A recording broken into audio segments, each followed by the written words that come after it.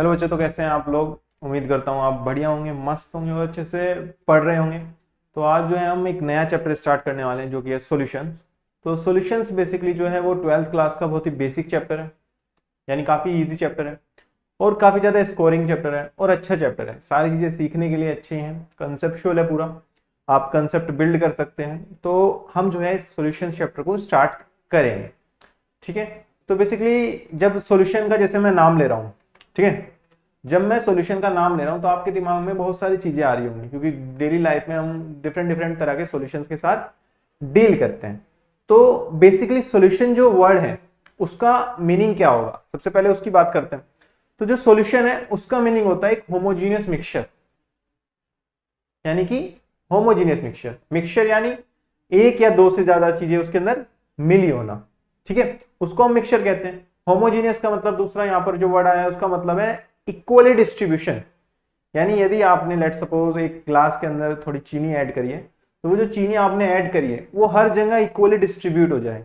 यानी वो जो चीनी के मॉलिक्यूल्स हैं, चीनी के मॉलिक्यूल्स हैं, वो उस वाटर के मॉलिक्यूल के अंदर या वाटर के अंदर पूरी तरीके से हर जगह डिजोल्व हो जाएंगे। ऐसा नहीं होगा कि कहीं पर चीनी ज्यादा है कहीं पर चीनी कम है। जैसा कि आपने जनरली शुगर सिरप तो सब नहीं पिया होगा, तो उसके अंदर क्या होता है, शुगर प्रेजेंट होती है किसी भी वाटर के अंदर। अब यदि वहां पर शुगर प्रेजेंट है तो उसके अंदर शुगर के मॉलिक्यूल्स यानी शुगर का जो पार्टिकल है, एक एक छोटा छोटा चीनी का दाना है, वो हर जगह इक्वली डिस्ट्रीब्यूट होगा। यदि वो हर जगह इक्वली डिस्ट्रीब्यूट होगा तो यदि हम फर्स्ट शिप लेते हैं उस पर्टिकुलर सॉल्यूशन का, तो हमें जैसा टेस्ट आएगा वैसा ही टेस्ट हमें अगला सिप लेने पर आएगा, वैसा ही टेस्ट हमें नेक्स्ट सिप हम लेते रहेंगे, उसको धीरे धीरे ड्रिंक करते रहेंगे तो हमें सेम तरह का उसका जो टेस्ट है वो दिखेगा, ठीक है। ऐसा तो नहीं होगा कि पहले हमें बहुत ज्यादा मीठा लग रहा है और बाद में ऐसा होगा कि मीठा ही नहीं लगने लग रहा, ऐसा नहीं होता। इसका मतलब उसके अंदर जो शुगर हमने ऐड की है वो यूनिफॉर्मली डिस्ट्रीब्यूट हो गई। यूनिफॉर्मली डिस्ट्रीब्यूट मतलब हर जगह डिस्ट्रीब्यूट हो गई। तो जो सॉल्यूशन है वो होमोजीनियस मिक्सचर होता है दो या दो से ज्यादा कंपोनेंट्स का। अब कंपोनेंट्स क्या होता है, उसके अंदर जो इंडिविजुअल सब्सटेंसेस प्रेजेंट होंगे, ठीक है। जैसे हमने बात की एक वाटर है उसके अंदर हमने शुगर ऐड करी, तो शुगर एक कंपोनेंट है, कंपोनेंट मतलब उसका हिस्सा, उसका हिस्सा। इसी तरीके से वाटर में क्या हो गया, एक कंपोनेंट हो गया, एक हिस्सा हो गया उस पर्टिकुलर सॉल्यूशन के अंदर। होमोजेनियस का मतलब जैसे कि अभी मैंने बताया क्या होगा, सेम कंपोजिशन, सेम कंपोजिशन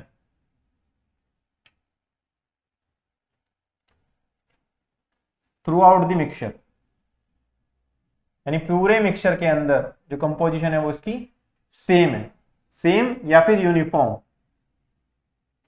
भी इसको कह देंगे, ठीक है। या तो यूनिफॉर्म कंपोजिशन हो या सेम कंपोजिशन हो उस पर्टिकुलर सब्सटेंस की, उसको हम कहते हैं होमोजीनियस। तो ये बन गया एक होमोजीनियस मिक्सचर। अब सॉल्यूशन आपके दिमाग में आ रहा होगा कि क्या क्या हो सकते हैं। सॉल्यूशन जनरली ऐसा होगा जिसके अंदर कुछ चीज लिक्विड होगी, उसके अंदर कुछ हमने डाल दिया तो वो सॉल्यूशन बन गया। जैसे शुगर का सॉल्यूशन, चीनी का सॉल्यूशन, या या फिर नमक आपने वाटर के अंदर डाला है तो वो भी एक सोल्यूशन प्रोड्यूस करेगा, तो वो सब सॉल्यूशन है। इसके अलावा क्या आपने जब एलॉय की बात सुनी होगी कभी, कि एलॉय क्या होते हैं, मेटल या नॉन मेटल के मिक्सचर होते हैं। जैसे हम स्टील की बात करें, स्टील क्या है, एक एलॉय है जिसके अंदर क्या प्रेजेंट है, आयरन प्रेजेंट है और साथ में कुछ कार्बन के मॉलिक्यूल्स प्रेजेंट है, तो वो क्या हो गया, वो भी एक होमोजीनियस मिक्सचर होता है। जी हाँ, उसको भी हम सॉल्यूशन कह सकते हैं। यानी ऐसा नहीं है कि सॉल्यूशन सिर्फ लिक्विड के लिए डिफाइन है, उसे भी सॉल्यूशन कह सकते हैं। यदि कोई गैस किसी पर्टिकुलर सॉल्यूशन के अंदर डिसोल्व कर दी, जैसे कि आपने कोल्ड ड्रिंक्स अपने पी है, उसके अंदर क्या होता है, कार्बोनिक एसिड प्रेजेंट होता है, जिसके अंदर बेसिकली CO2 गैस जो है वो थ्रू आउट प्रेजेंट होती है वाटर के अंदर, यानी कार्बोनेटेड वाटर हो गया वो।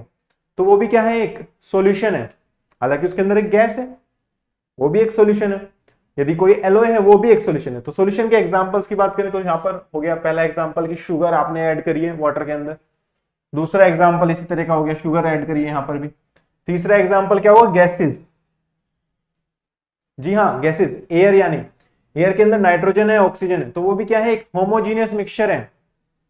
होमोजीनियस मिक्सचर मतलब उसके अंदर नाइट्रोजन और ऑक्सीजन जो गैसेस हैं किसी पर्टिकुलर एयर के अंदर, हमारे चारों तरफ एटमॉस्फेयर के अंदर, वो इक्वली डिस्ट्रीब्यूटेड है। ऐसा नहीं है कि यहाँ पर एयर के अंदर ऑक्सीजन ज्यादा है, यदि मैं इस रूम से बाहर जाता हूं तो वहां पर ऑक्सीजन मुझे कम दिखेगी, ऐसा नहीं होता है।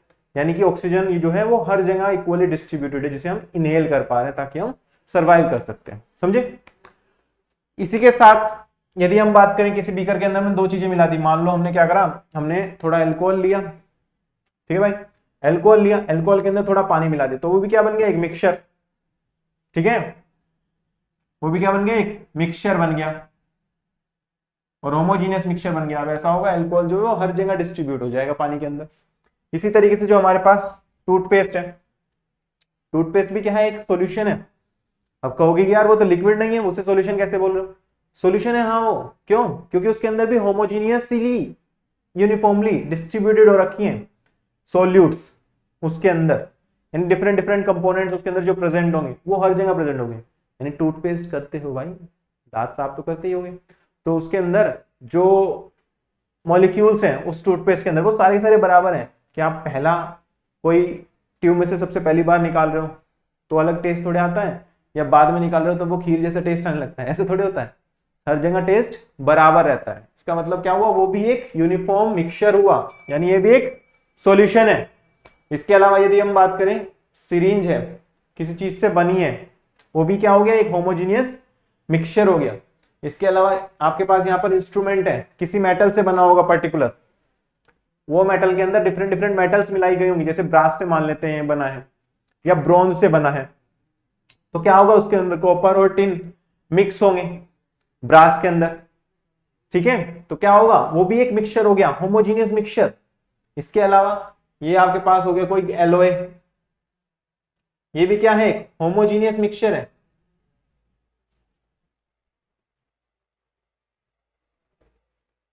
तो जितने भी होमोजीनियस मिक्सचर हमारी नेचर में हम देख रहे हैं, हमारे आसपास, हमारे अगल बगल, हमारे आमने सामने, सबके सब क्या है, सॉल्यूशंस। तो everything is solutions which we see, जिसके अंदर होमोजीनियस मिक्सचर हो। अब मैं यदि आपसे सवाल पूछता हूं कि यदि मैं एक वाटर, मतलब एक बाल्टी पानी लूं और उसके अंदर मैं सैंड के पार्टिकल्स डालने लगूं, तो क्या वो मिक्सचर सॉल्यूशन कहलाएगा? तो आपका जवाब होना चाहिए नहीं कहलाएगा। क्यों नहीं कहलाएगा? क्योंकि वो होमोजीनियस नहीं रहा, उसके अंदर हर जगह बराबर मात्रा में नहीं बटा। कौन? सैंड के पार्टिकल्स। जनरली आपने देखा हो सैंड के पार्टिकल्स जो है वो नीचे बैठ जाते हैं, तो उनको हम सॉल्यूशन नहीं कहते हैं, उसको हम क्या कहते हैं, आपने 9th क्लास के अंदर पढ़ा होगा, सस्पेंशन। यानी पार्टिकल्स यदि नीचे बैठ जाएंगे तो उसको हम कहेंगे सस्पेंशन, यानी वो सॉल्यूशन नहीं है। हालांकि उसके दो दो या दो से ज्यादा चीजें, कंपोनेंट्स आपने मिलाए हैं। क्यों नहीं है? क्योंकि वो हेट्रोजीनियस मिक्सचर है, यानी उसके अंदर यूनिफॉर्मली डिस्ट्रीब्यूटेड नहीं हुआ है एक कंपोनेंट का दूसरे कंपोनेंट के अंदर। क्लियर है? तो ये था बेसिक डेफिनेशन अबाउट सॉल्यूशंस, जो कि इस चैप्टर का नाम भी है और सबसे पहले हमें पता भी होना चाहिए। कोई पूछ ले कि सॉल्यूशन क्या होता है भाई, तो सॉल्यूशन हमें पता होना चाहिए कि सॉल्यूशन इज एवरीथिंग जो होमोजीनियस मिक्सचर होना चाहिए, चाहे उसके अंदर सॉलिड सॉलिड आपस में मिक्स हुए हो, चाहे सॉलिड गैस मिक्स हुई हो, या लिक्विड लिक्विड आपस में मिक्स हुए हो। ठीक है, अब यदि मैं आपको कहूं, ये तो बात हो गई सॉल्यूशन की, यदि मैं आपको कहूं कि आपको सॉल्यूशन प्रिपेयर करना है, क्या करना है आपको? सॉल्यूशन प्रिपेयर करना है। मान लिया मैंने आपको कह दिया कि एक सॉल्यूशन बनाना है भाई, थोड़ा सा क्या करो, लैब्स के अंदर जनरली हम यूज करते हैं, आपने सुना हो 1 मोलर HCl बनाना है। इसके अलावा आपने सुना हो कभी कि 1 मोलर NaOH का सॉल्यूशन बनाना है। ठीक है, तो बेसिकली ये सब क्या है, ये सब सॉल्यूशंस हैं। सॉल्यूशंस के अंदर जो कंपोनेंट्स प्रेजेंट होते हैं उनको नाम दिए गए हैं। क्या नाम दिए गए हैं? एक दिया है सोल्यूट, दूसरा दिया है सोलवेंट। एक दिया है सोल्यूट और दूसरा दिया है सोलवेंट, यानी ये दोनों क्या है, कंपोनेंट्स को कैरेक्टराइज कर दिया कॉमन तरीके से कि भाई ये सोलवेंट है, ये सोल्यूट है इस पर्टिकुलर सॉल्यूशन के अंदर। तो जो सोल्यूट होंगे वो क्या होंगे, generally present in laser quantity, present in laser quantity. Quantity मतलब मात्रा, मात्रा मतलब कितना अमाउंट उसका हमने ले रखा है किसी पर्टिकुलर सॉल्यूशन के अंदर, यानी कि जो सोल्यूट होंगे वो क्या होंगे, जो जनरली प्रेजेंट होंगे लेसर क्वांटिटी या लेसर अमाउंट के अंदर। जबकि यदि हम सोलवेंट की बात करें तो सोलवेंट क्या होगा, ऐसा सब्सटेंस किसी पर्टिकुलर सॉल्यूशन के अंदर जो प्रेजेंट हो और वो किसी पर्टिकुलर अमाउंट से ज्यादा प्रेजेंट, यानी एक दूसरे के कंपैरिजन में। ठीक है, यानी generally present in more amount या more quantity,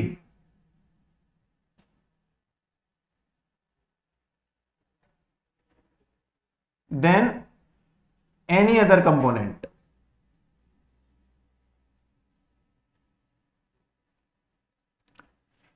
any other component लिखने का मेरा मतलब क्या है कि एक दूसरे के रेस्पेक्ट में, यानी अब यदि हमारे पास वाटर है और वाटर के हमने थोड़ी चीनी डाली, तो चीनी यदि हम थोड़ी डाल रहे हैं बहुत उस वाटर के कंपैरिजन में, तो वो क्या होगा, एज अ सोल्यूट ट्रीट होगा, उसे हम सोल्यूट कहेंगे। उसके रेस्पेक्ट में जो वाटर है वो सॉल्यूशन होगा। अब कहीं पर यदि एलओए बन रहा है, उसके अंदर एक मेटल है आयरन, दूसरी मेटल है जिंक, ठीक है, मान लेते हैं लेट सपोज, तो उसके अंदर यदि जिंक की मात्रा ज्यादा होगी एज कंपेयर टू आयरन, तो जिंक को क्या कहेंगे हम, सोलवेंट। और यदि हमारे पास वहां पर आयरन ज्यादा होने लगे, जिंक थोड़ा कम हो, तो उसको क्या कह देंगे हम, जिंक को इस बार सोल्यूट कहेंगे और आयरन को इस बार सोलवेंट कहेंगे। यानी यदि मेरे पास आयरन है और जिंक है, ठीक है, यदि ये लेस अमाउंट में है, लेस अमाउंट मतलब कम मात्रा में है भाई, किसमें है, कम अमाउंट में है या कम मात्रा में है, तो इसे हम कहेंगे सोल्यूट इसके लिए, और इसे कह देंगे फिर सोलवेंट। और यदि कभी उल्टा हो जाए कि यहां पर आयरन जो है वो ज्यादा अमाउंट में हो जाए एज कंपेयर टू जिंक, तो आयरन को क्या कह देंगे हम, सोलवेंट, और जिंक को क्या कह देंगे, सोल्यूट। ऐसा फिक्स नहीं मानना है कि हमेशा किसी पर्टिकुलर सॉल्यूशन के लिए यही सोलवेंट है या यही सोल्यूट है, समझे। यानी कि सोल्यूट और solvents are not fix, they are respective to each other, यानी एक दूसरे के रेस्पेक्ट में होंगे। यदि किसी चीज को आप सोल्यूट कह रहे हो तो वो किसी पर्टिकुलर सोलवेंट के रेस्पेक्ट में कह रहे हो, यदि आप किसी को सोलवेंट कह रहे हो तो किसी पर्टिकुलर सोल्यूट के रेस्पेक्ट में कह रहे हो, ठीक है, ये बात हमेशा ध्यान रखना। चलो एक एग्जांपल यदि लें ताकि हमें अंडरस्टैंडिंग अच्छी हो, क्लियर हो, तो उसके लिए यदि हम एग्जांपल लें, हमारे पास लेट्स सपोज हम 5 ग्राम, एग्जांपल के लिए यदि मैं आपसे कहूं 5 gram glucose present in 100 ml water, ठीक भाई, समझो क्या करा हमने, एक बीकर लिया, अरे भाई ग्लास ले लिया, एक बीकर चलो थोड़ा डिफिकल्ट लग रहा है, ग्लास ले लिया हमने, ग्लास के अंदर हमने लिया 100 ml वाटर, जल, क्या लिया है उसके अंदर, जल, और जल के अंदर हमने क्या करा, 5 ग्राम ग्लूकोज को ऐड कर दिया, ठीक है, 5 ग्राम ग्लूकोज को ऐड कर दिया। अब 5 ग्राम ग्लूकोज को यदि उसके अंदर ऐड करा है, तो यहां पर कम अमाउंट में कौन है,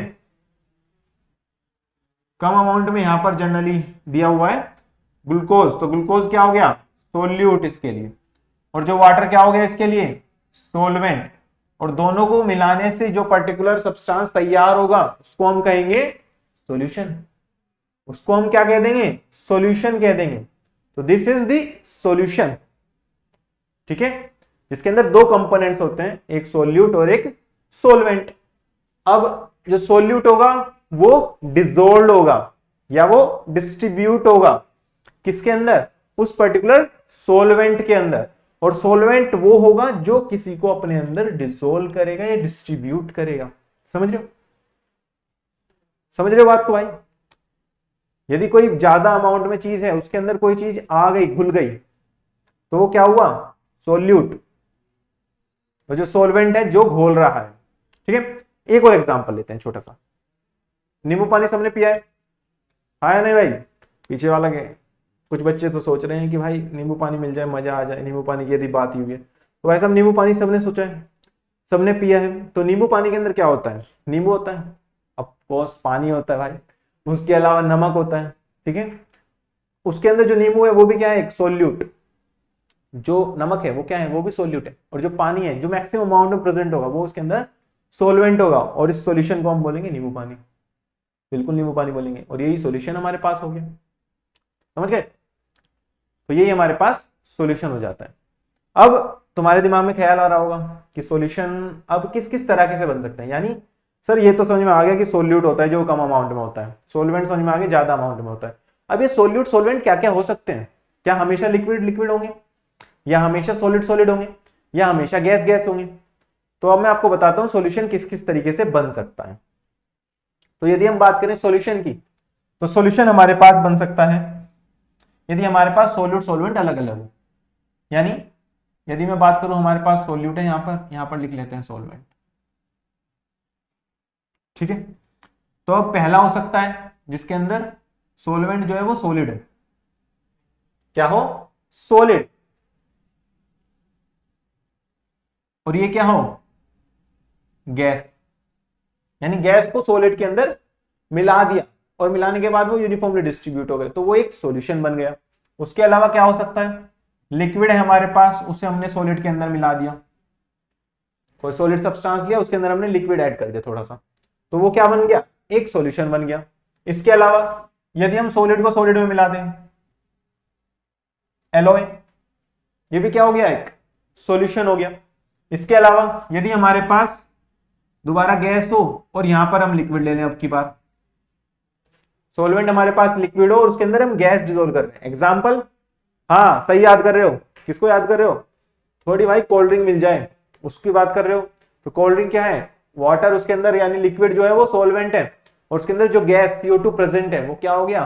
सॉल्वेंट। तो गैस लिक्विड हो गया। इसके अलावा लिक्विड लिक्विड हो सकता है, ठीक है, 30 ml, ठीक है, यानी अल्कोहल और वाटर हमने ऐड कर दिया, वाटर भी लिक्विड है और अल्कोहल भी लिक्विड है। यदि दोनों को मिलाकर हमने 30 ml मिक्सचर बनाया है तो वो क्या हो गया? एक सॉल्यूशन। इसके अलावा यदि हम सॉलिड ऐड कर दें, सॉलिड भाई अभी तक क्या मिला रहे हैं भाई? शुगर मिला रहे हैं, नमक मिला रहे हैं, सबके सब क्या होते हैं? सॉलिड होते हैं, उनको पानी में मिलाया है, लिक्विड में मिलाया, तो एक सॉल्यूशन बना। तो ये बन गया gas, gas in liquid, liquid in liquid, solid in liquid. इसके अलावा हमारे पास हो सकता है यदि कहीं पर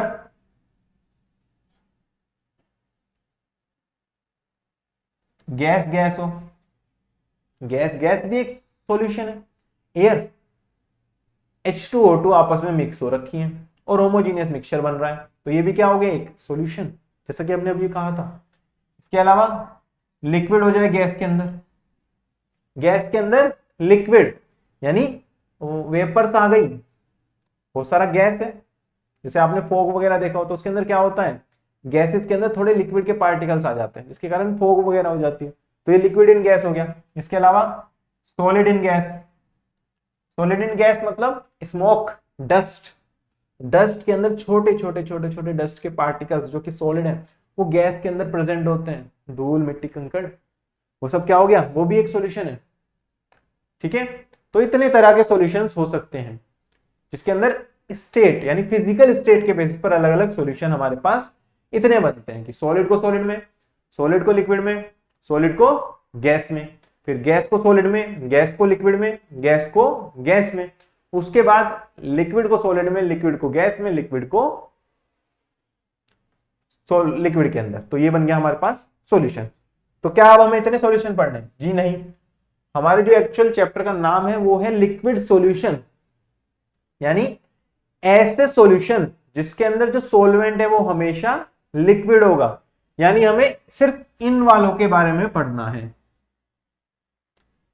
यानी जिसके अंदर जो सॉल्वेंट है वो हमेशा लिक्विड हो, यानी हम एक लिक्विड लेंगे उसके अंदर हम गैस को ऐड करेंगे, उसके अंदर हम अलग से सॉलिड को ऐड करेंगे, उसके अंदर हम अलग से लिक्विड को ऐड करेंगे और उसके बाद हम उसकी स्टडी करेंगे। तो ये बेसिकली हमारा एम है इस पर्टिकुलर चैप्टर के अंदर, जो हमें वेरी फर्स्ट क्लास से क्लियर होना चाहिए कि हमारे चैप्टर का एम क्या है। ठीक है, तो भाई एम यदि पता होता है तो हम वहां तक पहुंच जाते हैं। तो हमें एम पता होना चाहिए, हमारे चैप्टर का एम है कि हम उन सॉल्यूशंस को डिस्कस करेंगे जिसके अंदर जो सॉल्वेंट है वो लिक्विड स्टेट के अंदर है और जो सोल्यूट है वो गैस हो सकता है, वो सॉलिड हो सकता है और वो लिक्विड भी हो सकता है, और इस तरह के सॉल्यूशंस को हम बोलते हैं लिक्विड सॉल्यूशंस।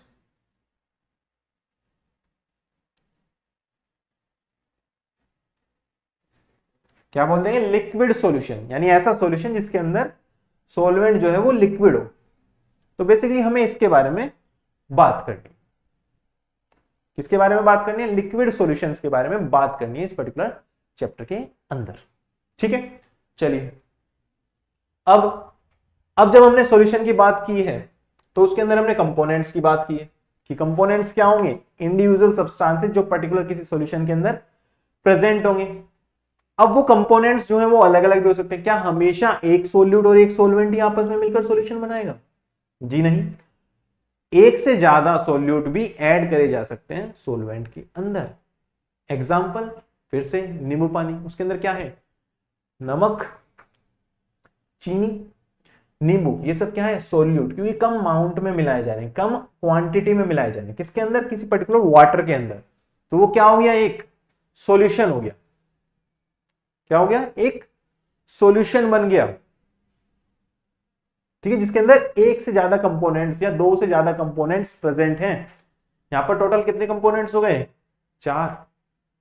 पहला वाटर जो एज अ सोलवेंट काम कर रहा है, उसके अलावा नींबू एज अ सोल्यूट, नमक एज अ सोल्यूट, चीनी एज अ सोल्यूट। तो ये क्या हो गया? 4 कंपोनेंट वाला सॉल्यूशन हो गया, जिसके अंदर 4 कंपोनेंट्स हैं, यानी 4 तरह के इंडिविजुअल सब्सटेंसेस उसके अंदर प्रेजेंट है। तो इसी तरीके से हम जो है सॉल्यूशंस को क्लासिफाई कर सकते हैं कंपोनेंट्स के बेसिस पर। यदि किसी में 2 कंपोनेंट है तो उस तरह के सॉल्यूशंस को हम बोलते हैं बाइनरी सॉल्यूशन। बाइनरी मतलब दो दो कंपोनेंट वाला सॉल्यूशन। यानी यदि हमने शुगर डाल दी है वाटर के अंदर, या फिर हमने नमक डाल दिया है वाटर के अंदर, या फिर हमने गैस डाल दिया वाटर के अंदर, या फिर हमने अल्कोहल डाल दिया है वाटर के अंदर, तो ये अलग अलग सॉल्यूशंस यहां पर बनेंगे, जिस सॉल्यूशन को हम कहते हैं बाइनरी सॉल्यूशन, यानी 2 कंपोनेंट वाले सॉल्यूशन। ठीक है, इसके अलावा यदि यहां पर कंपोनेंट्स 3 हो जाए, क्या हो जाए? कंपोनेंट्स 3 कंपोनेंट्स का मतलब उसके अंदर 3 चीजें प्रेजेंट है। एक सोलवेंट की तरह एक्ट करेगा, बाकी सब जो है सोल्यूट की तरह एक्ट करेंगे। ठीक है, तो इस तरह के जो सॉल्यूशंस होते हैं उसको बोलते हैं हम टर्नरी सॉल्यूशन। क्या कहते हैं? Ternary solution. बिल्कुल, साथ के साथ नोट करते चले तो अच्छे से क्लियर होता रहेगा। ठीक है, नोट्स प्रॉपर बनानी है ताकि हम बाद में उनको रिवाइज कर सकें। ठीक है, अगला हमारे पास है कंपोनेंट्स 4 कंपोनेंट्स मतलब क्वार्टनरी। क्वार्टनरी मतलब 4। तो क्वार्टनरी सॉल्यूशंस भी हमारे पास होते हैं, लेकिन जो हमें सिलेबस के अकॉर्डिंग पढ़ना है, जो हमें सिलेबस के अकॉर्डिंग पढ़ना है, बोर्ड्स के अकॉर्डिंग, जेई के अकॉर्डिंग, नीट के अकॉर्डिंग, जो हमें सिलेबस के अकॉर्डिंग पढ़ना है, वो है हमारे पास सिर्फ और सिर्फ बाइनरी सॉल्यूशन। यानी 2 कंपोनेंट वाले सॉल्यूशंस के बारे में हम डिस्कस करेंगे पूरे चैप्टर के अंदर। अच्छे से डिटेल में समझेंगे कि सॉल्यूशंस क्या हैं, किस तरीके से बनाएंगे। गैस होगा सॉलिड लिक्विड के अंदर, सॉलिड होगा लिक्विड के अंदर, या फिर लिक्विड होगा लिक्विड के अंदर। तो उससे हम सॉल्यूशंस को समझेंगे बाइनरी कंपोनेंट्स के को लेकर। ठीक है, क्लियर है? यहां तक समझ में आ गया होगा। अब यदि हम बात करें, एक छोटी सी इंपॉर्टेंट टर्म मैं तुम्हें बता देना चाहता हूं कि यदि कहीं पर लिक्विड जो हम ले रहे हैं सॉल्यूशन बनाने के लिए, वो यदि वाटर है, इफ सोलवेंट जो है वो वाटर है, so solution is called aqueous solution.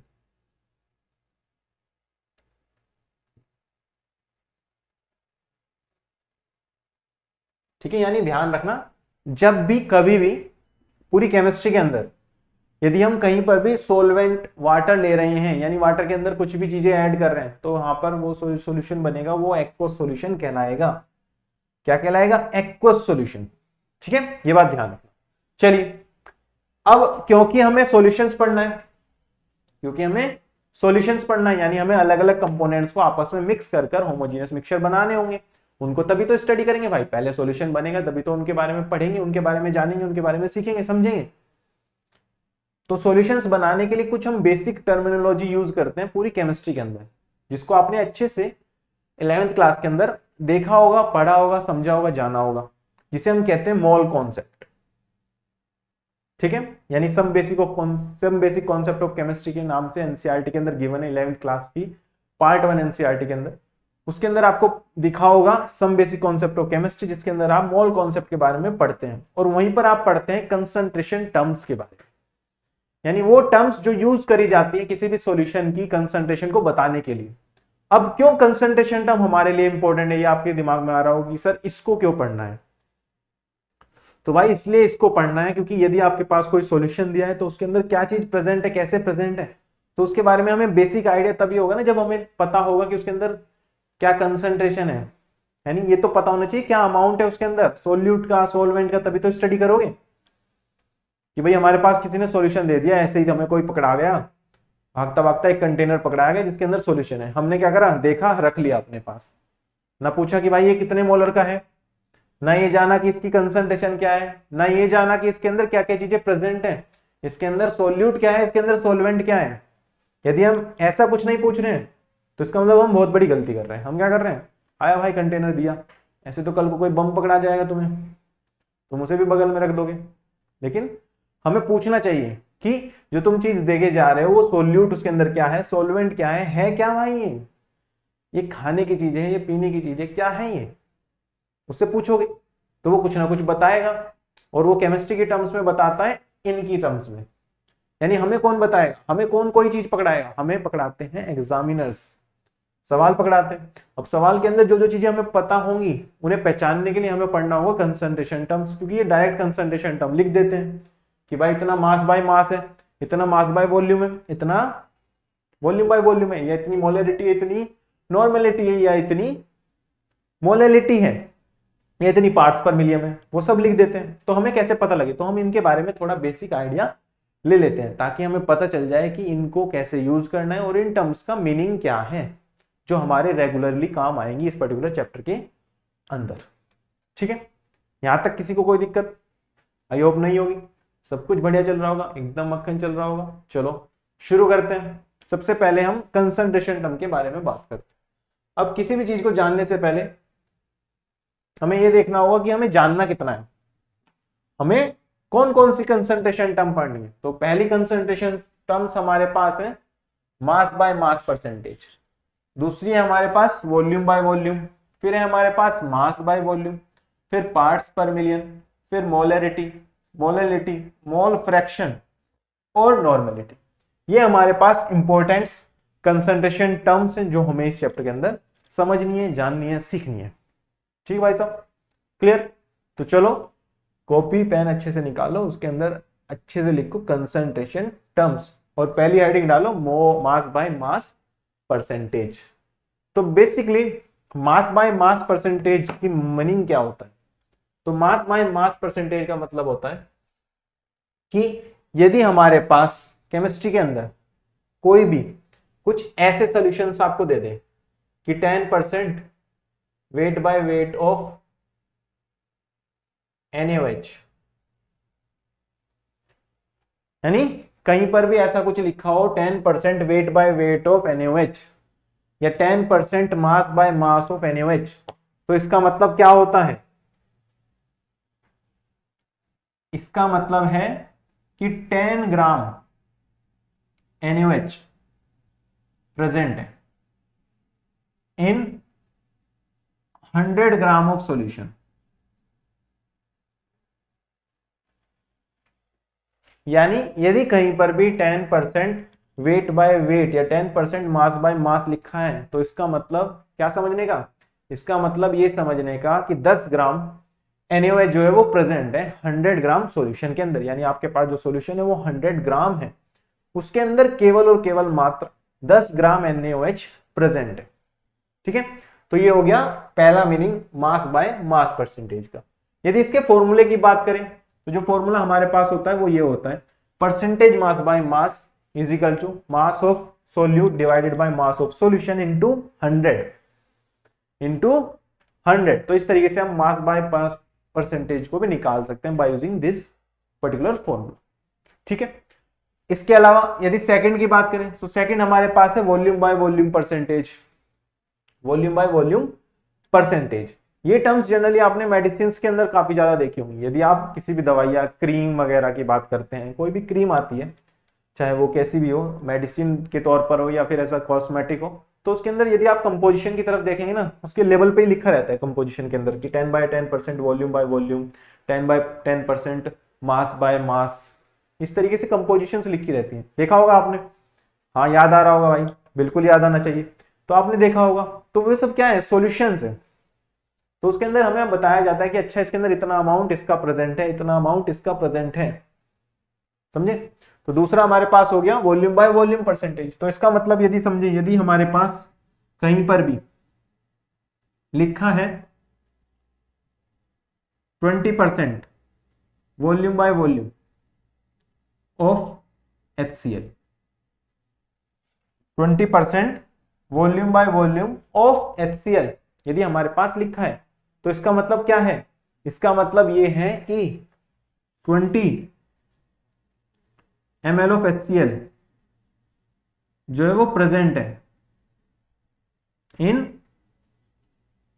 100 ml solution, यानी 100 ml सॉल्यूशन के अंदर 20 ml HCl hydrochloric acid present है।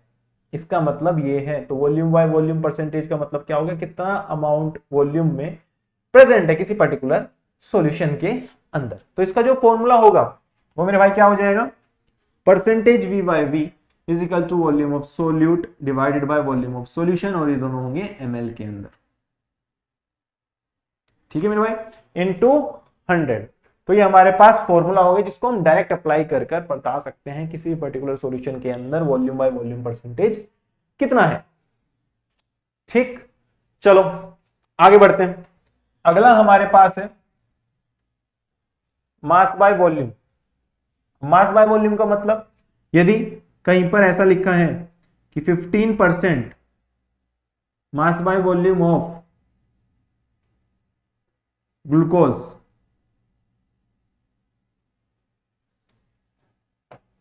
15% mass by volume of glucose, तो इसका मतलब मेरे भाई क्या है?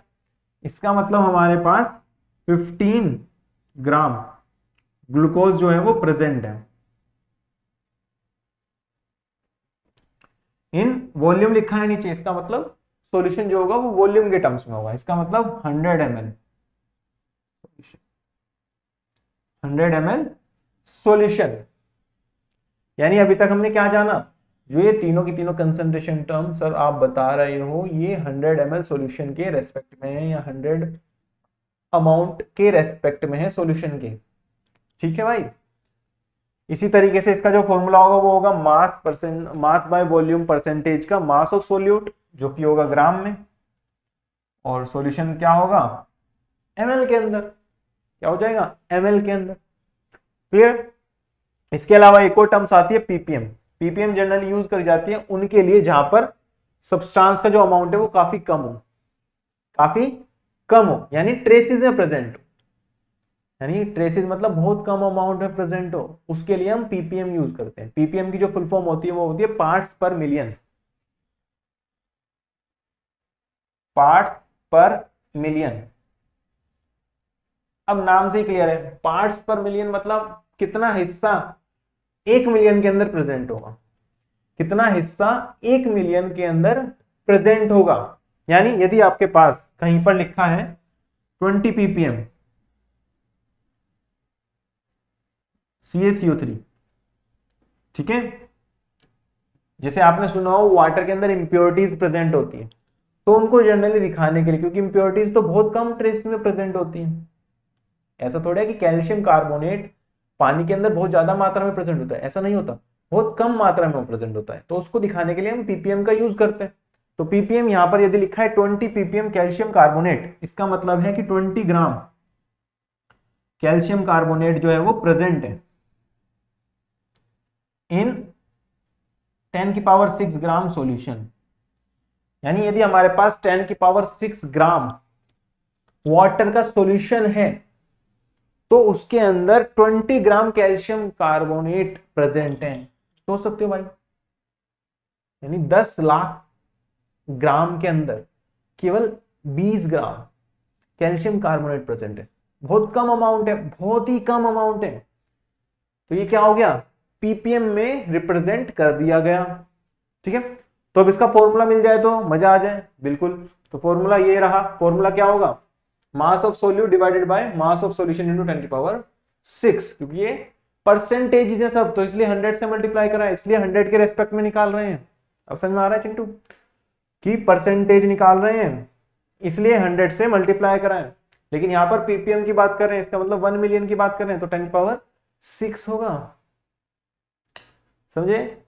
चलो, आई होप समझ गए होंगे अच्छे से। तो अगली टर्म्स की तरफ चलते हैं। अगली टर्म है हमारे पास मोलेरिटी।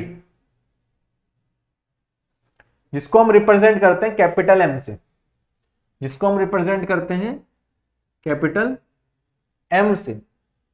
तो molarity is defined as the number of moles of solute present in 1 litre solution.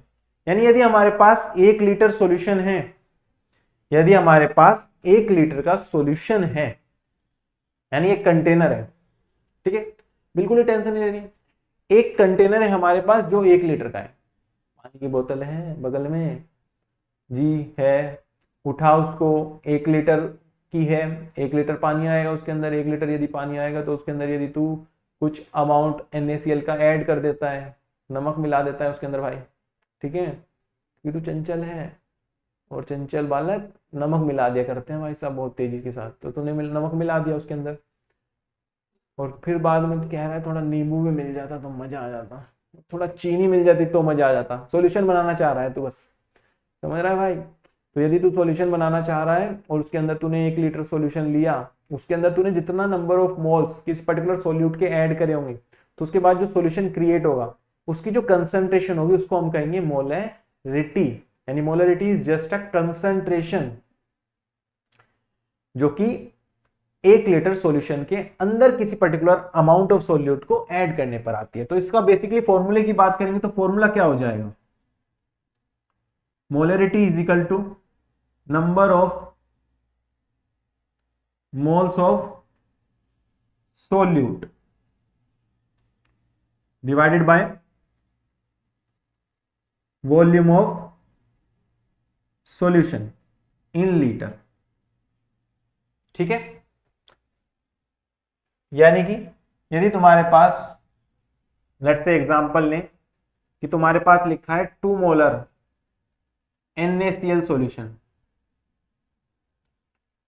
क्या लिखा है 2 मोलर NaCl सॉल्यूशन, तो इसका मतलब क्या समझोगे भाई, क्या समझोगे, इसका मतलब ये समझेंगे सर कि 2 मोल ऑफ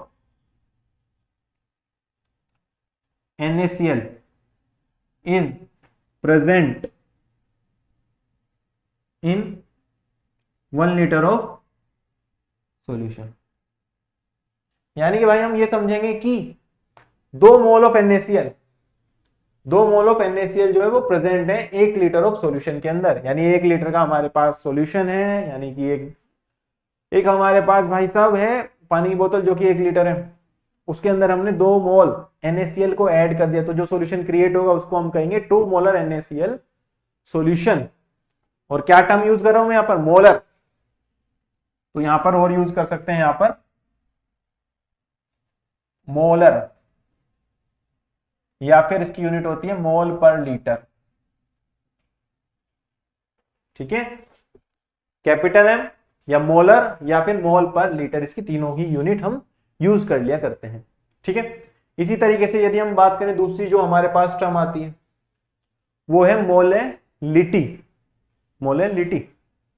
अब मोलेलिटी की बात करते हैं, मोलेलिटी क्या होगी, it is defined as the number of moles of solute present in 1 kilogram of solvent.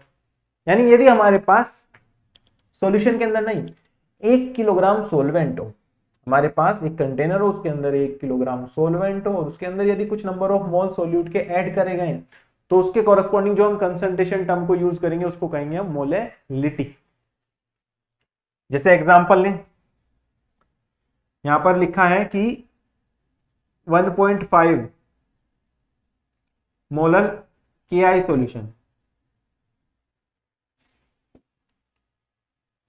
1.5 molar KI solution, तो इसका मतलब क्या है 1.5 mole of KI present in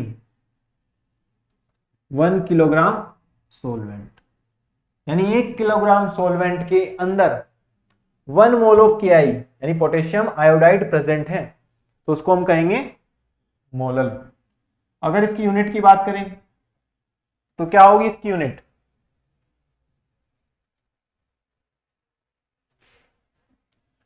यदि हम यूनिट की बात करें तो इसकी यूनिट होती है स्मॉल m या मोलल या फिर मोल पर किलोग्राम, ये इसकी यूनिट हो जाया करती है। फिर अब इसके बाद आ रहा होगा मन में, सर इसका फॉर्मूला मिल जाता तो आनंद आ जाता। बिल्कुल, ये रहा number of moles of solute divided by mass of solvent in kilogram. ये हो गया हमारे पास मोलैलिटी। ठीक है, अब यहां पर जो सबसे ज्यादा इंपॉर्टेंट टर्म वो हमें ध्यान रखनी है कि क्योंकि मोलैरिटी के अंदर वॉल्यूम आ रहा है, तो यदि आप वॉल्यूम को चेंज करेंगे तो ये चेंज हो जाएगी। यानी टेम्परेचर आप चेंज करोगे, टेम्परेचर चेंज करने से क्या होगा, वॉल्यूम चेंज होगा। यदि वॉल्यूम चेंज होगा तो उसके कॉरेस्पॉन्डिंग कंसंट्रेशन बदल जाया करती है। इसलिए जो मोलैरिटी है वो टेम्परेचर डिपेंडेंट है। मोलैरिटी जो है वो टेम्परेचर डिपेंडेंट है। लेकिन यदि हम बात करें मोलैलिटी की, वो क्या है, टेम्परेचर इंडिपेंडेंट। यानी मेरे भाई कुल मिलाकर बात यह है, यदि टेम्परेचर को चेंज करोगे तो कंसंट्रेशन या मोलैरिटी चेंज हो जाएगी, लेकिन यदि टेम्परेचर को चेंज करोगे तो उसकी मोलैलिटी चेंज नहीं होगी, क्योंकि वो टेम्परेचर पे डिपेंड नहीं करती है। क्यों नहीं करती है, क्योंकि उसके अंदर वॉल्यूम टर्म नहीं आ रही है। इसके फॉर्मूले के अंदर वॉल्यूम कहीं पर भी नहीं आ रहा है, इस वजह से ये टेम्परेचर पर डिपेंड नहीं करती है, इस वजह से ये टेम्परेचर इंडिपेंडेंट होगी।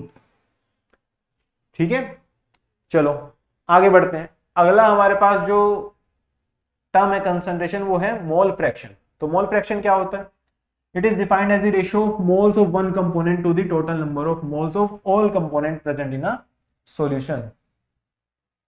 ठीक है, अब मान लो हमारे पास एक सॉल्यूशन है, मान लो हमारे पास एक सॉल्यूशन है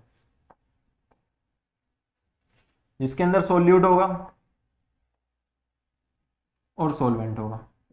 अब ध्यान रखना, इस चैप्टर के अंदर मैं सोल्यूट को हमेशा बी से दिखाऊंगा और सोलवेंट को हमेशा ए से दिखाऊंगा। ऐसा क्यों कर रहा हूं भाई, मेरी मर्जी, मेरी मर्जी। मैं सोल्यूट को यहां पर बी से रिप्रेजेंट करता हूं और सोलवेंट को ए से रिप्रेजेंट करता हूं।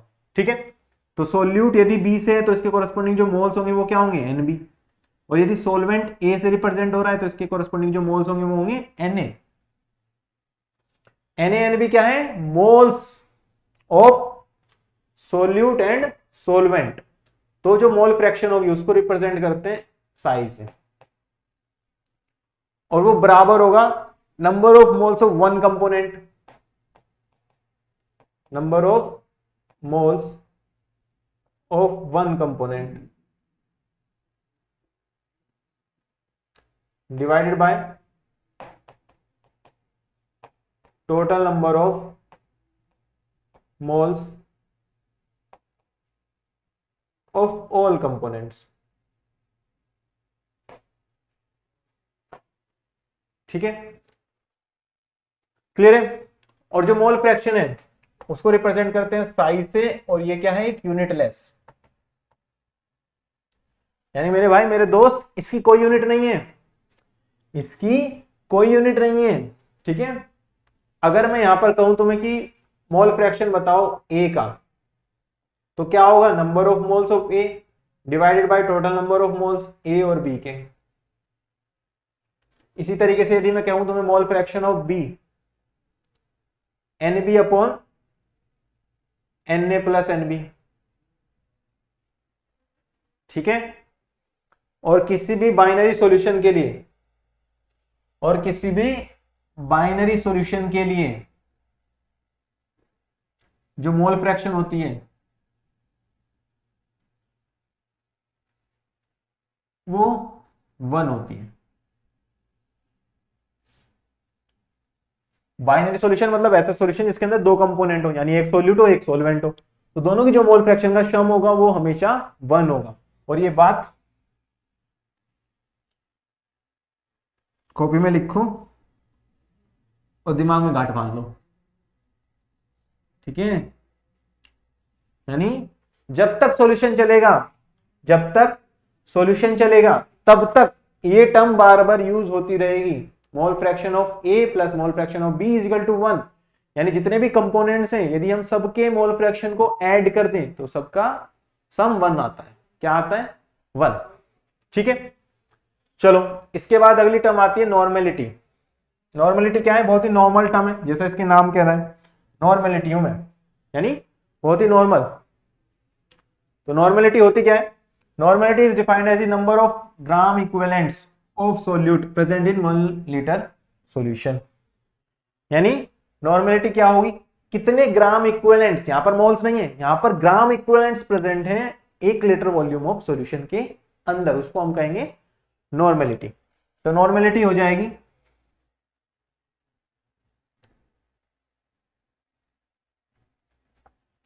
इसको हम n से रिप्रेजेंट करते हैं, is equal to number of gram equivalent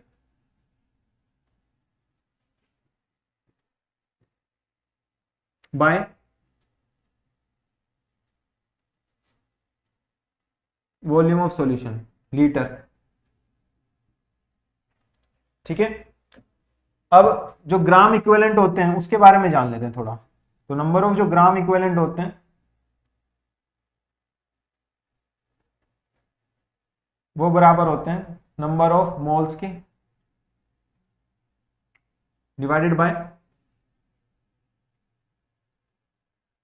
valency factor, divided by valency factor. यानी किसी की भी पर्टिकुलर सब्सटेंस के लिए जो नंबर ऑफ ग्राम इक्विवेलेंट्स होंगे वो बराबर होंगे कितने नंबर ऑफ मोल्स उसके अंदर प्रेजेंट है, उसको डिवाइड कर दो वैलेंसी फैक्टर से, तब आ जाएंगे। ठीक है, जैसे यदि मैं एक छोटी सी बात बताऊं तुम्हें, यहां पर यदि मेरे पास कहीं पर लिखा है कि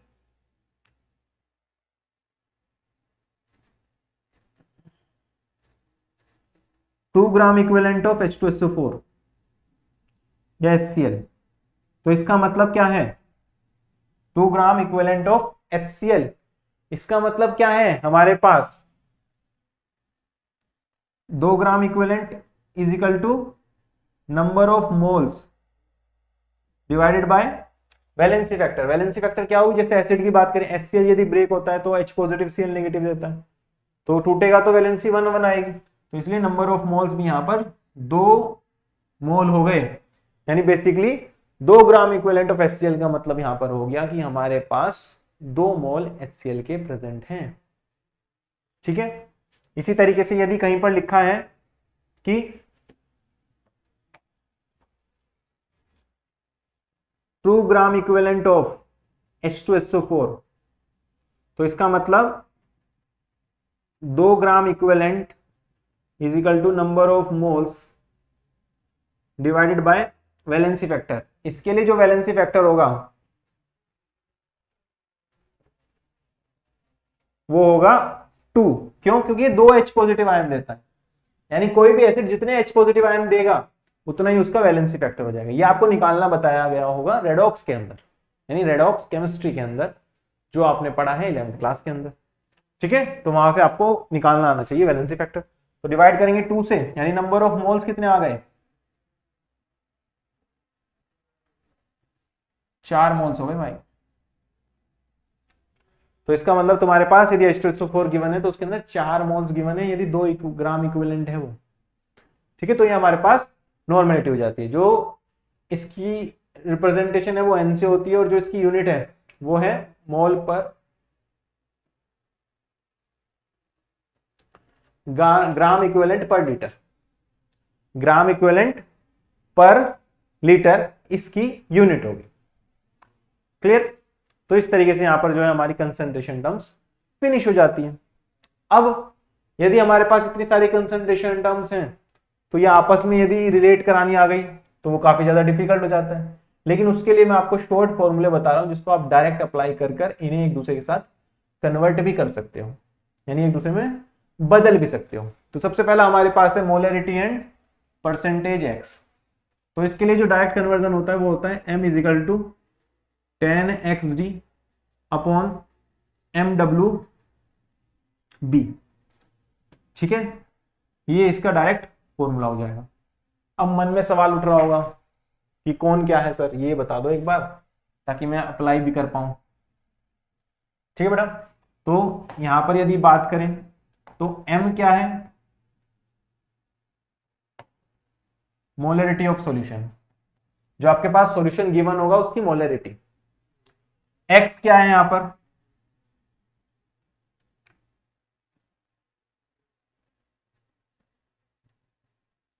मास बाय मास परसेंटेज। यदि कहीं पर लिखा है 20% मास बाय मास तो x यहां पर 20 है। यदि कहीं पर लिखा है 10% मास बाय मास तो x की वैल्यू क्या हो गई, 10 हो गई। ठीक है, इसके अलावा d क्या है, डेंसिटी है सॉल्यूशन की, जो कि आपको गिवन होगी हमेशा। mw भी क्या है, मॉलिक्यूलर वेट। और b को अभी मैंने जब मोल फ्रैक्शन पढ़ाया था तब आपको बताया था कि b को हमेशा मैं क्या मानूंगा, मैं मानूंगा सोल्यूट। तो मोलिकुलर वेट ऑफ सोल्यूट है। ठीक है, इसके अलावा यदि हमें कहीं पर मोलरिटी और मोलिलिटी को कन्वर्ट करना पड़ जाए, यानी कैपिटल एम छोटे एम को आपस में रिलेट करना है, यानी बड़े मियां और छोटे मियां को आपस में रिलेट करना है, तो कैसे रिलेट करेंगे, तो उसको रिलेट कर सकते हैं by using this formula, m is equal to 1000 md upon 1000 plus m mwb। ठीक, जहां पर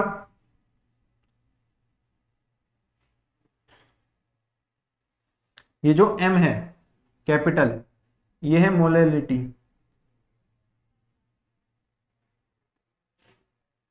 छोटा m जो है वो मोलरिटी है। ठीक है, d क्या है, डेंसिटी ऑफ सॉल्यूशन।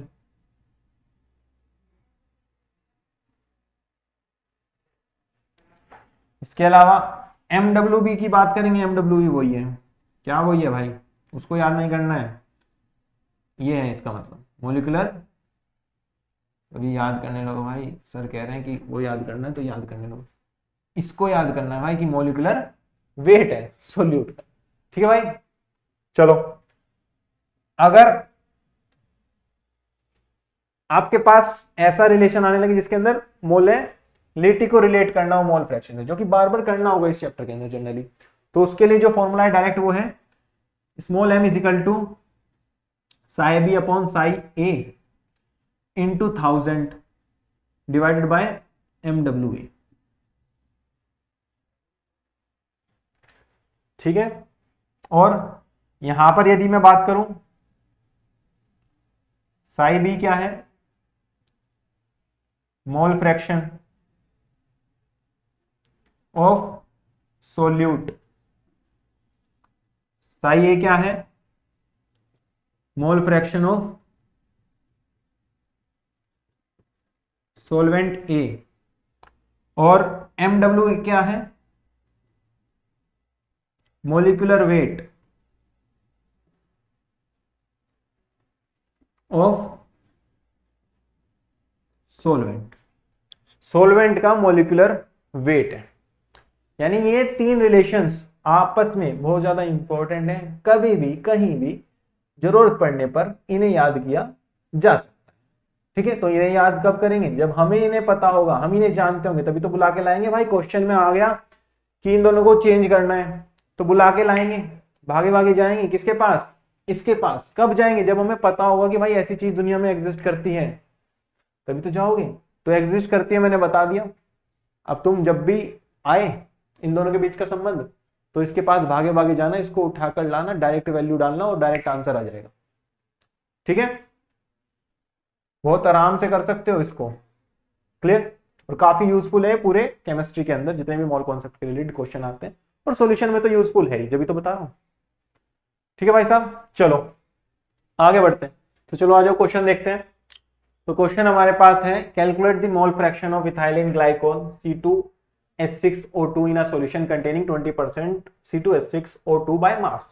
ठीक है, क्वेश्चन को सोल्व करने का सबसे अच्छी अप्रोच, सबसे पहले क्वेश्चन को ध्यान से पढ़ेंगे, केयरफुली पढ़ेंगे, और जो जो चीजें हमें गिवन है उसको हम अलग से लिख लेंगे एक जगह, ताकि हमें पता रहे अच्छा क्वेश्चन के अंदर ये सामान दिया है, हमें ये फाइंड आउट करना है। ठीक है, तो चलो सबसे पहले calculate the mole fraction of ethylene glycol. Mole fraction हमें बतानी है इथाइलिन ग्लाइकोल की। अब इथाइलिन ग्लाइकोल सॉल्यूशन के अंदर प्रेजेंट है, यानी इथाइलिन ग्लाइकोल हमारे पास क्या हो गया, सोल्यूट। अगर ये सोल्यूट है तो इसे हम क्या मानेंगे, हमेशा बी, और अगर बी मानेंगे तो हमें साई बी बताना है। ठीक है, in a solution containing 20% C2H6O2 by mass, हमारे पास गिवन जो है वो क्या है कि भाई साहब 20% C2H6 है O2 बाय मास। अब याद करो, किसे याद करना है भाई साहब, कंसंट्रेशन टर्म्स को। जब हमने कंसंट्रेशन टर्म जस्ट अभी देखी थी उसके अंदर यदि 20% इतना लिखा है तो इसका मतलब क्या है कि 20 ग्राम C2H6O2 जो है वो प्रेजेंट है इन 100 ग्राम सॉल्यूशन। 100 ग्राम सॉल्यूशन के अंदर 20 ग्राम C2H6O2 जो है वो प्रेजेंट है। ठीक है, तो मोल फ्रैक्शन कैलकुलेट करनी है, सिंपल। अब मोल फ्रैक्शन यदि हमें निकालना है, उसके बाद फाइंड की बात करें, फाइंड हमें क्या करना है, मोल फ्रैक्शन ऑफ बी। ठीक है, मोल फ्रैक्शन ऑफ बी हमें फाइंड करना है, तो कैसे निकालेंगे, सॉल्यूशन, सॉल्यूशन चैप्टर के अंदर सॉल्यूशन कर रहे हैं। ठीक है, तो साई बी हमें निकालना है। साई बी क्या होगा, सबसे पहले फॉर्मूला याद करो, N B upon N A plus N B, N B upon N A plus N B. First मान लो, क्योंकि हमारे पास अभी डायरेक्ट मोल्स तो नहीं है, ये मुझे दिख रहा है, आपको भी दिख रहा होगा। तो यदि हम सबसे पहले एनबी को फाइंड आउट करें, एनबी क्या है हमारे पास, यहां पे निकालते हैं, एनबी क्या होगा यदि हम एनबी की बात करें, number of moles. Number of moles कैसे निकालते हैं, मास अपॉन मोलर मास। मास किसका आएगा, बी का। बी क्या है, सोल्यूट। सोल्यूट यहां पर हमारे पास क्या है, इथाइलिन ग्लाइकोल, यानी इसका मास कितना है 20 ग्राम, डिवाइडेड बाय मोलर मास, इसका मोलर मास कितना होगा।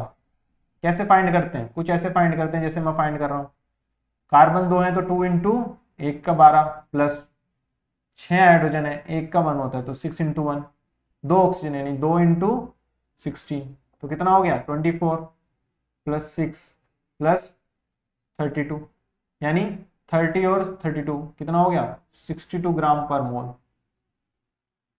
तो ये क्या आ गया 62 ग्राम पर मोल।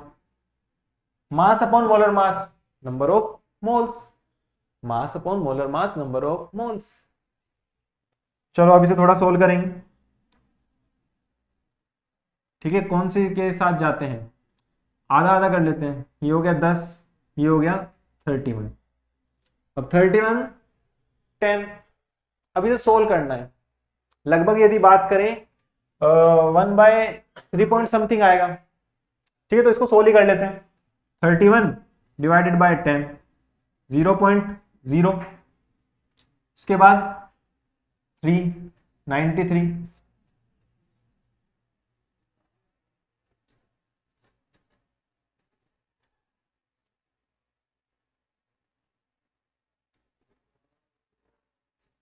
टू 62, कितना आया 8,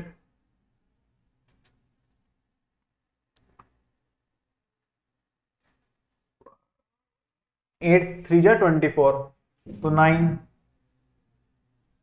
तो 9 कर लेते हैं, तो हमारे पास लगभग कितना आ गया 0.322 मोल, 0.322 मोल हमारे पास आ गया। इसी तरीके से सब सोल्व करेंगे जैसे मैं कर रहा हूं भाई, calculation is calculation,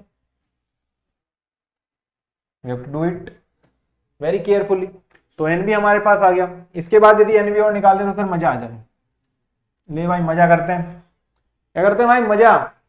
N B यदि ये है, एन ए हमें निकालना है, तो जिसका कुछ नहीं होता उसका पानी होता है, जिसका कुछ नहीं होता उसका पानी होता है, यानी हमारे पास जो सॉल्यूशन प्रेजेंट है वो वाटर के अंदर प्रेजेंट है, क्योंकि यहां पर नहीं दिया है कि सॉल्वेंट क्या है। यदि सॉल्वेंट नहीं पता है तो हमेशा क्या मानेंगे, पानी के अंदर डाला है, पानी के अंदर डाला है।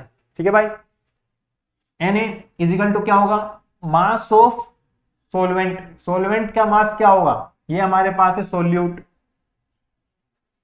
ये हमारे पास है सॉल्यूशन। तो यदि मैं बात करूं मास ऑफ सोलवेंट की, तो वो क्या होगा, यदि मैं पूरे के पूरे सॉल्यूशन में से सोल्यूट का मास घटा देता हूं तो मेरे पास मास आ जाएगा सोलवेंट का, जो कि 80 आ गया। तो इजिकल टू 80 ग्राम, पानी है तो 18 ग्राम पर मोल, क्योंकि एक मोल वाटर का जो मास होता है वो 18 ग्राम पर मोल होता है। अब थोड़ा सोल्व करेंगे, इसको सोल्व करेंगे, 2 से करते हैं, 40 9, ठीक है, 9 4 जा 36, 4.4 ही आएगा, ठीक है, 4.4 मोल ये आ गया हमारे पास। अब हमारे पास NB Na दोनों आ चुका है, इसको अंदर पुट कर देते हैं। तो now psi b is equal to 0.322 divided bye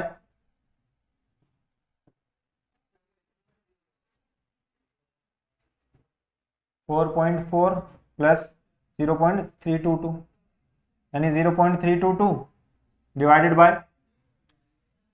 4.722।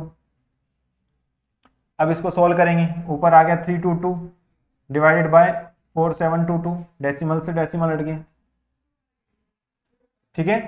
अब इसके बाद हमें इसको सोल्व करना है, तो इसको सोल्व करेंगे सिंपल, इसको सोल्व करने पर हमारे पास आंसर आ जाएगा, ठीक है। चलो आज हम इसको कैलकुलेट करते हैं, क्या आएगा इसका आंसर, तो देखते हैं।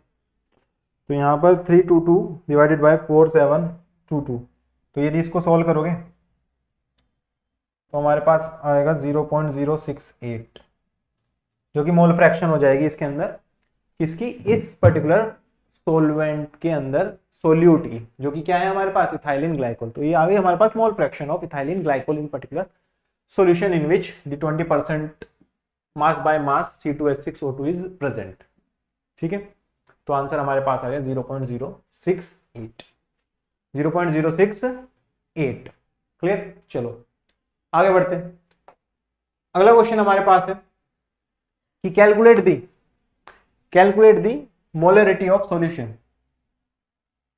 Containing 5 gram NaOH in 450 ml of solution, ठीक है। तो हमें सिंपल मोलरिटी बतानी है, तो मोलरिटी का फॉर्मूला क्या होगा, number of moles of NaOH divided by volume of solution in litre, ठीक है। यदि ये ml में आ गया तो यहाँ पे 1000 से मल्टीप्लाई कर देते हैं, ठीक है। तो molarity is equal to number of moles of NaOH। NaOH के मोल्स कैसे निकालेंगे, इसको अलग से निकाल लेते हैं, यहाँ पर number of moles of NaOH is equal to mass upon molar mass. Mass कितना है, 5 ग्राम, मोलर मास निकालते हैं इसका,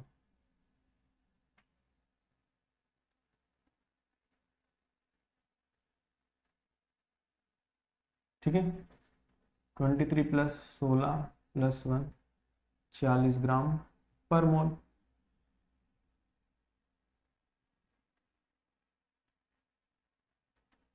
तो 1/8 मोल आ गया, ठीक है। सब मोल्स ऑफ NaOH इतने आ गए, 1/8 मोल, ठीक है। तो अब इसको यहाँ पर रख देते हैं, तो यहाँ पर आ जाएगा 1/8 divided by 450 into 1000, 1/8 into 1000 divided bye 450, 0 से 0 गया, ये हो गया हाफ 50, 9 5 जा 45 और 25 जा 100, ठीक है। 10 ये हो गया 4 2 ये हो गया 5, क्या आ गया 5/18, हम इसको सॉल्व करेंगे तो 0.432 3 36 140 यानी 9 0.29 मोलर इसका आंसर आ जाएगा। ठीक है, 0.29 इसका आंसर आ जाएगा। मोर एक्यूरेट करेंगे तो हमारे पास ये आ जाएगा 0.278। ठीक है, 0.28 भी लिख सकते हैं, कोई दिक्कत नहीं। ठीक है, इस तरीके से हम कंसंट्रेशन को फाइंड आउट कर सकते हैं। अगला सवाल हमारे पास है कि मोल fraction of a solvent in aqueous solution of solute is this. Mole fraction जो सॉल्वेंट का किसी एक्वस सॉल्यूशन के अंदर इतना है, यानी हमारे पास यदि गिवन की बात करें तो हमारे पास गिवन है साई ए जो कि कितना है 0.8। ठीक है, सॉल्वेंट का है एक्वस सॉल्यूशन के अंदर। The molality of the aqueous solution find क्या करना है हमें, मोलैलिटी बतानी है। तो कैसे करेंगे, अगर हमें मोल फ्रैक्शन दिया है और हमें मोलैलिटी बतानी है, जो मैंने रिलेशंस पढ़ाए उनको अप्लाई करेंगे। तो रिलेशंस क्या था, molality psi B upon psi A into 1000 divided by MW। Psi B हमारे पास कितना होगा, तो हम जानते हैं किसी पर्टिकुलर सॉल्यूशन के लिए जो मोल फ्रैक्शंस का सम होता है वो 1 होता है। तो यहाँ से साई बी क्या आ जाएगा हमारे पास 1 माइनस 0.8 यानी 0.2 divided by 0.8 into 1000 divided by molecular weight of A के मोलिकुलर वेट की बात करेंगे। ए का मोलिकुलर वेट यहाँ पर कितना होगा, सॉल्वेंट है एक्वस सॉल्यूशन के अंदर दिस, तो एक्वस सॉल्यूशन है यदि तो पानी की बात कर रहे हैं, और यदि पानी की बात कर रहे हैं तो मोलिकुलर वेट ऑफ वाटर क्या होता है 18। यानी इसको सोल्व करेंगे ये आया 4 पे, इसको इससे सोल्व करेंगे आया 250 पे। अब इसको यदि हम यहाँ से सोल्व करेंगे तो हमारे पास आएगा अराउंड 13.88। तो ये हमारे पास मोलैलिटी आ जाएगी, इसको क्या लिख देंगे मोलर। तो आंसर हमारा क्या हो गया सी। तो इस तरीके से हमने सिंपल फॉर्मूले को अप्लाई किया है तो हमारा आंसर सी आ चुका है। तो इस तरीके से हम सॉल्व कर लेंगे। ठीक है, तो हमने यहाँ पर जो है अच्छे से डिस्कस कर ली कंसंट्रेशन टर्म्स क्या होती हैं, बेसिक आइडिया ले लिया कि सॉल्यूशंस क्या होते हैं, किस किस तरह के सॉल्यूशंस एग्जिस्ट करते हैं, कौन सी तरह के सॉल्यूशंस को हमें पढ़ना है। ठीक है, तो बाकी जो है हम अगले क्लास के अंदर करेंगे, जिसके अंदर हम जो है स्टार्ट करेंगे मेन पार्ट इस पर्टिकुलर सॉल्यूशन चैप्टर का। ठीक है, तो तब तक अपना ध्यान रखें और अच्छे से इसको पढ़ लें, एक बार इसको अच्छे से नोट डाउन कर लें, फॉर्मूलेज लिख लें और एक दो क्वेश्चन जो मैंने कराए हैं इस तरह की प्रैक्टिस कर लें, ताकि आपको आइडिया हो सके किस तरीके से कैलकुलेशन करती है मोल कॉन्सेप्ट की, ताकि एक रिवीजन हो सके। फिर जो है हम अगली क्लास में स्टार्ट करेंगे। ठीक है, बाय बाय।